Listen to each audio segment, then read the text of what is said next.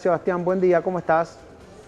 Hola, ¿qué tal? ¿Cómo están, Fernando, Mariano? ¿Cómo andan? Bueno, en primer lugar, esta extensión de esta primera etapa del blanqueo hasta el 8 de noviembre fue sorpresiva.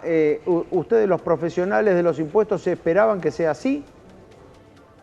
La realidad es que ya con el mes que se dio de, digamos, de prórroga de Ujú. la primera etapa, uno podía decir que alcanzaba, porque había tiempo para abrir las cuentas ceras, los que no habían abierto, para depositar los fondos, los que estaban Sí. retrasados, decidir algunos aspectos de algunas dudas que había, alcanzaba el tiempo. ¿Qué pasó? En estos últimos días, ayer y antes de ayer, empezaron a haber algunos problemas con los sistemas de la FIP respecto a la acreditación de los BEPS.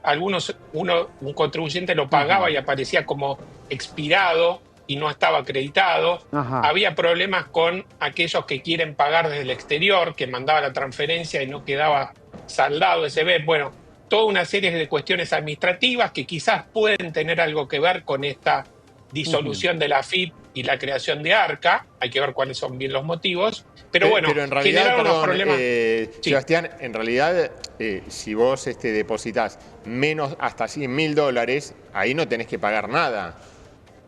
Ahí no. Lo que pasa es que si se prorroga la etapa para los que tienen que pagar, se tiene que prorrogar para todos. No se puede prorrogar para unos sí y otros no. Ujú. Entonces, el problema se estaba presentando con los que tenían que hacer el pago del 75% del impuesto, que Ujú. debían hacerlo hasta el día de ayer. Entonces, ante esa situación, se prorrogó, digamos, una semana más como para poder regularizar esas situaciones de último momento. Bien, allí se abre también la otra pregunta, que es qué balance hay de esta primera etapa, sobre todo en lo que tiene que ver con el pequeño blanqueador o el pequeño rista.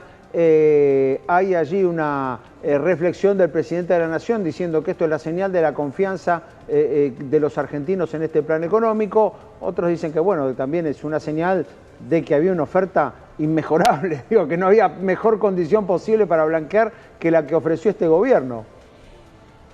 Sí, sin duda, este blanqueo es muy conveniente desde el punto de vista de los costos.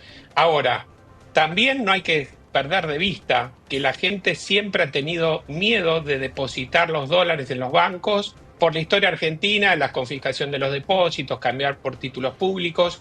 Entonces, a veces había gente que decía, prefiero pagar bienes personales Ujú. que depositar el dinero y tenerlo en una caja de ahorro porque Claro. tengo miedo que me dejen sin los dólares. Ujú. Entonces, ahí había que pagar una alícuota bastante baja de bienes personales y la Ujú. gente igualmente prefería pagarla que depositar los dólares. Entonces, sin duda, este blanqueo tiene condiciones muy beneficiosas, pero no hay que perder de vista que aún con condiciones beneficiosas, si la gente no confiara en que no se, digamos, en que el Estado no le va a manotear los dólares, probablemente mucha gente no hubiera depositado.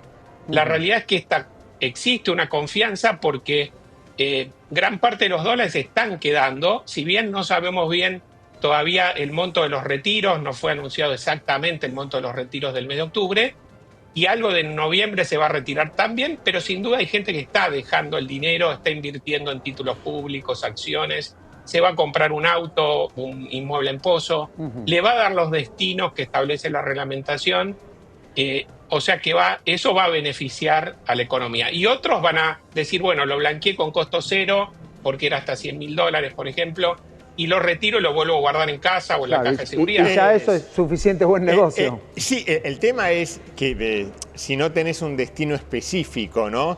Si no se necesita el blanco, ¿para qué se va a hacer?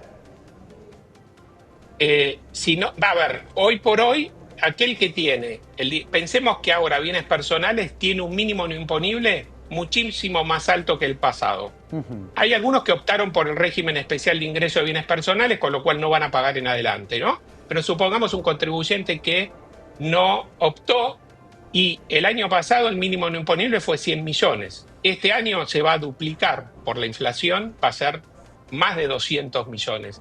Entonces alguien puede decir, tengo el dinero en negro, no sé Ujú. para qué lo voy a usar, pero bueno, lo blanquea a costo cero y eso no le va a generar bienes personales el año próximo, y no le va a generar ganancias, porque si deja el dinero en su casa, no tiene rentabilidades. Por lo cual, lo deja en blanco por si lo necesita en el futuro, sin costo. Y ese es un esquema importante para tener en cuenta. Bien, Sebastián, al margen del blanqueo, ¿qué pasó en estos días con el cambio de AFIP por la nueva agencia Arca? ¿Qué hubo, o por lo menos qué notaste que pudo haber de cambios en el funcionamiento, en el vínculo con los funcionarios de AFIP? Digo, ¿pasó algo? ¿Ya se nota el cambio? A los periodistas ya nos llegan comunicados oficiales con un nuevo logo, con un nuevo membrete que ya no es más de AFIP y es de Arca, pero digo, en lo que hace al día a día del pago y la recaudación de impuestos, ¿hubo algún cambio? A ver, los sindicatos, los empleados anunciaron que iban a hacer un apagón informático de 2 horas por día. Eso no se vio como realmente un apagón informático. Durante esas horas de las medidas de fuerza se pudieron seguir haciendo las presentaciones, siguió funcionando bastante bien todo, salvo este problema que hubo en estos 2 últimos días de blanqueo con esta situación de los BEPS, que normalmente los pagos se acreditaban en el sistema de la AFIP en el término no más de 1 hora, y tardó quizás 12, 14 horas. Algo quizás tiene que ver con eso. Pero por ahora no se ha notado en la relación con el fisco de los trámites que tienen que hacer los contribuyentes cambios relevantes. Sí, quizás se demora alguna presentación digital que antes la resolvían en el día o a las 24 horas, quizás tarda 48 horas, pero la realidad es que no hay cambios significativos en la relación con los contribuyentes por ahora. Bien. ¿Qué está pasando con el otro blanqueo, ¿no? Fuera del efectivo, el blanqueo de inmuebles en el exterior, de cuentas bancarias en el exterior? Bueno, esa es muy buena, Mariano, la pregunta, porque uno lo que está viendo es que, si ustedes recordarán, en el blanqueo de Macri, uno tenía que blanquear todo, porque si después le encontraban bienes sin declarar por encima de un umbral, se decaía el blanqueo. Este blanqueo no es así, que es algo positivo. Permite los blanqueos parciales. ¿Qué implica? Que alguien quizás, supongamos, tiene una cuenta afuera o un inmueble afuera y $100.000 acá. Puede entrar por los $100.000, no declarar lo que tiene afuera. Si después no se lo detectan, no tienen problemas con eso. El tema es ese, ¿no? Sí. Porque muchos dicen, y yo prefiero no entrar porque si no ya me estoy exponiendo, ¿no? Sí, pero no es así. Hay gente que tiene miedo, dice, si yo entro en blanqueo me van a fiscalizar más adelante. La realidad es que eso nunca ha pasado en ningún blanqueo, y es muy poco probable que se fiscalicen los blanqueos por sí. En general hay fiscalizaciones son los contribuyentes, y cuando está la fiscalización, si blanqueó, se le puede llegar a revisar el blanqueo.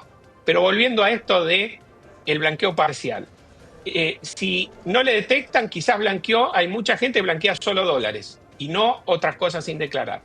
Y si después le detectan eso que no declaró, no le cae el blanqueo de los $100.000. Los $100.000 le quedan liberados, no tienen problema. En todo caso, le podrán hacer un ajuste por lo que le detectaron sin declarar. Entonces, ¿qué es lo que ha pasado? Es que hay, podríamos decir, micro blanqueos de efectivo, gente que blanqueó hasta $100.000, y lo que se ve es que hay algunos blanqueos de cuentas en exterior, bienes sin declarar y todo, pero mucha gente no blanqueó todo. Dijo, bueno, blanqueé una parte y después veré qué hago con lo que tengo afuera. Eso es un poco lo que ha pasado. Bien, con lo cual el sistema permitió elegir, por decirlo de algún modo, qué quería cada contribuyente hacer, qué quería hacer cada persona, cuánto quería poner bajo la luz del Estado. Digo, eso igual por el nivel de consultas que hay, digo, hay que esperar que sea algo similar a lo que fue el blanqueo anterior, o que, digamos, el grueso de este blanqueo y lo exitoso a los ojos del gobierno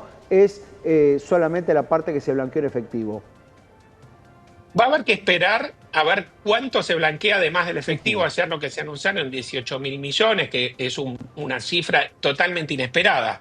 Y pensemos que en el blanqueo de Macri, que fue el más exitoso, de 116.000 millones en total, 7.700 millones fueron efectivos. Y resulta que acá está más que el doble se está blanqueando. Entonces, hay que ver cuánto es lo que se blanqueó del resto de bienes, pero eso probablemente se podrá tener una idea en función de los que pagaron o van a pagar el anticipo del 75%, pero eso se va a saber realmente cuando se presenten las declaraciones juradas totales, que va a ser, digamos, dentro de un mes más.